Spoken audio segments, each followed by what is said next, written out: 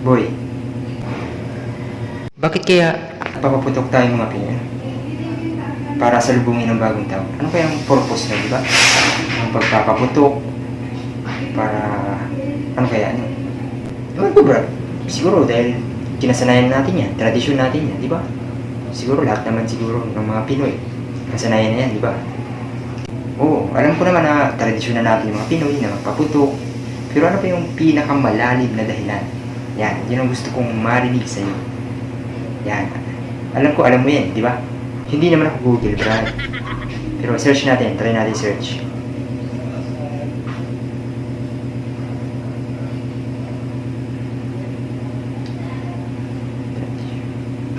Ayun, Brad, nakuha ko na. So, sabi dito ni Meta AI, yan. Ito daw ay tradisyon natin mga Pinoy. Siyempre, nandito na yan. Number 1. Number 2, para magbigay ng pagdiriwang sa darating na bagong taon. Pasasalamat sa nakaraang taon, siyempre, ganun. And pangatlo, siyempre, pagpapakita ng saya. Yun. Pang-apat, ito ay galing daw sa mga Chino, ayun. Galing pala ito sa Chinese. Yung tradisyon natin na pagpapaputok para salubungin ang bagong taon. Yan. Pero ito yung pinakakahulugan, Brad. Makinig ka. Ginagawa daw natin to para palayasin yung mga masasamang espiritu. Ayun, sabi dito. Yun. Yun pala yun. Kaya pala nagpapaputok ang mga Pinoy. Dahil para lumayas daw yung mga masasamang espiritu sa kanilang bahay, sa kanilang lugar.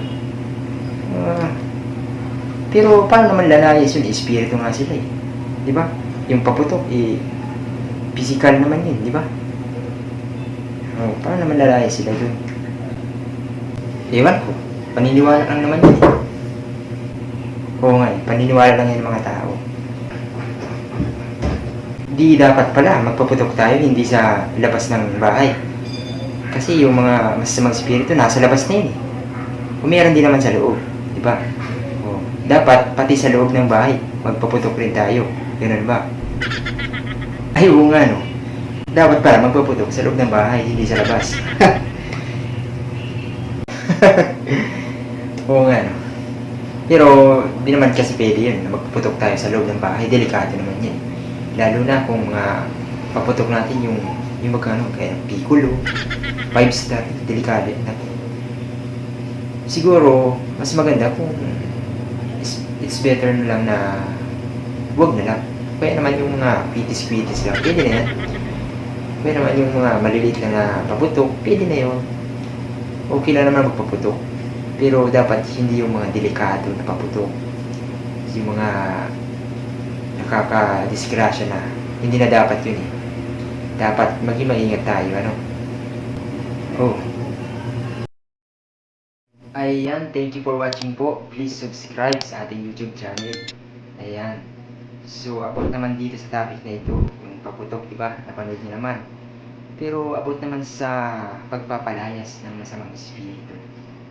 So, makikita natin doon sa video natin, ano, na ang espiritu ay hindi naman niya napapalayas sa pamagitan ng paputok. Ano po? So, ayon sa Biblia, basahin natin. Ayan, basahin natin, ano po?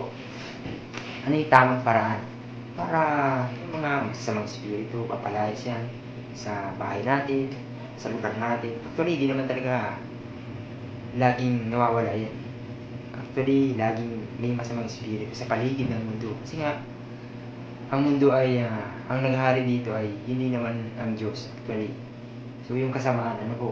Pero, dahil as a Christian, bilang mananampalataya, kasama natin ang Diyos sa mga bagay na yan. Hindi tayo pababayaan ng Diyos. Ano po? So, pero, may paraan para mapalaya sila.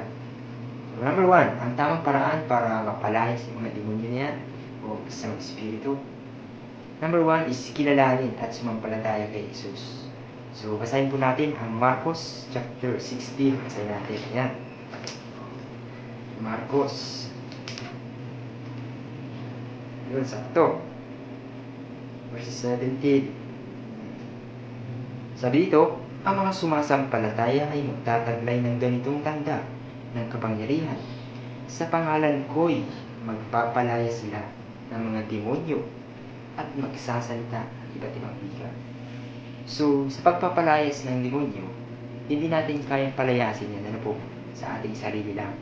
So, kailangan po natin ng pananampalataya kay Jesus Christ, Kasi yun po yung tanda ng kapangyarihan, na pagpalayas sa mga demonyo yan. Yan.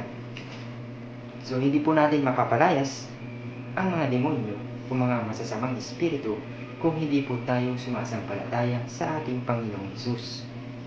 So, number 2 po, gamitin ang pangalan ni Jesus sa pagpapalayas ng masamang espiritu.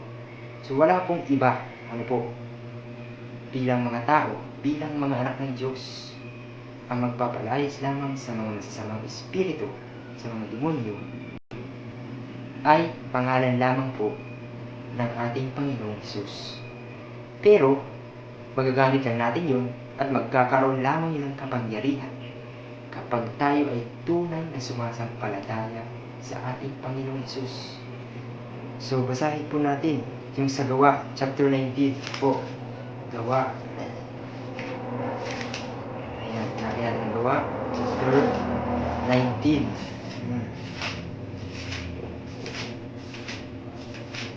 Book po, Gawa. Ayan, may ilang Hudyo roon na pagala-gala at nagpapalayas ng masamang espiritu. Pinangahasan nilang sabitin ang pangalan ng Panginoon Hesus sa mga inaalihan ng masasamang espiritu. Sinabi nila, sa pangalan ni Jesus na ipinangaral ni Pablo, ibutos ko sa inyo, lumabas kayo. Kabilang sa mga gumagawa nito ang 7 anak na lalaki ng isang pinakapulong sisardoteng Hudyo ng pangalay Eskeva. Subalit sinagot sila ng masamang espiritu. Kilala ko si Jesus. Kilala ko rin si Pablo.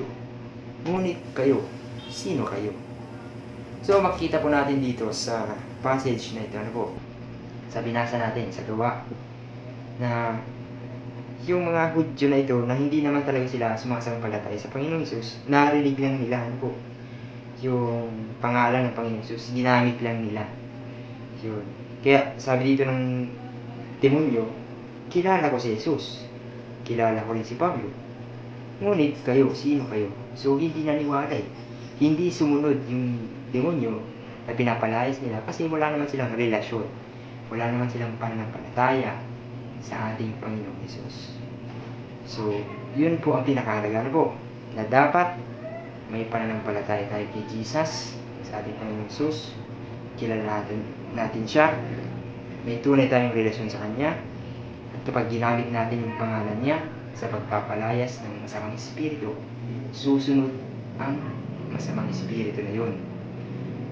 Pero itong topic na ito ay pagpapalayas na naman sa masamang espiritu sa sinasapian.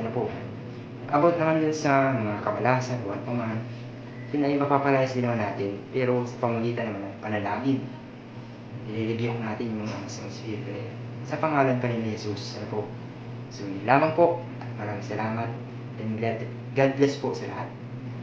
Thank you for watching.